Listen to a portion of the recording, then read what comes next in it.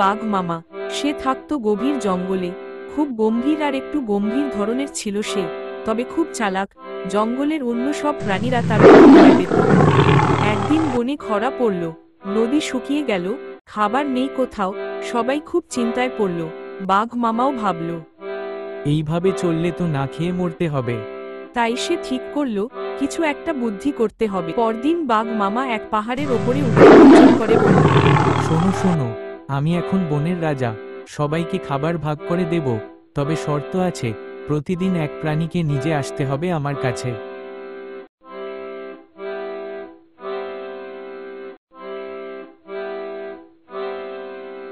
খরগোশ বলল, মাফ করবেন মামা, পথে আরেক বাঘ আমার পথ আটকে বলল সে এই বনের রাজা। বাঘ মামা খুব রেগে গেল। কে সেই বাঘ, আমাকে দেখাও। খরগোশ তাকে নিয়ে গেল এক পুকুরের ধারে। বাঘ মামা জলেতে নিজের প্রতিচ্ছবি দেখে ভাবল, এই তো সেই বাঘ। সে লাফিয়ে পড়ল জলে আর ডুবে গেল। সব প্রাণী খুশি হয়ে গেল। বাঘ মামার জুলুম শেষ হলো। খরগোশ হয়ে গেল সবার নায়ক।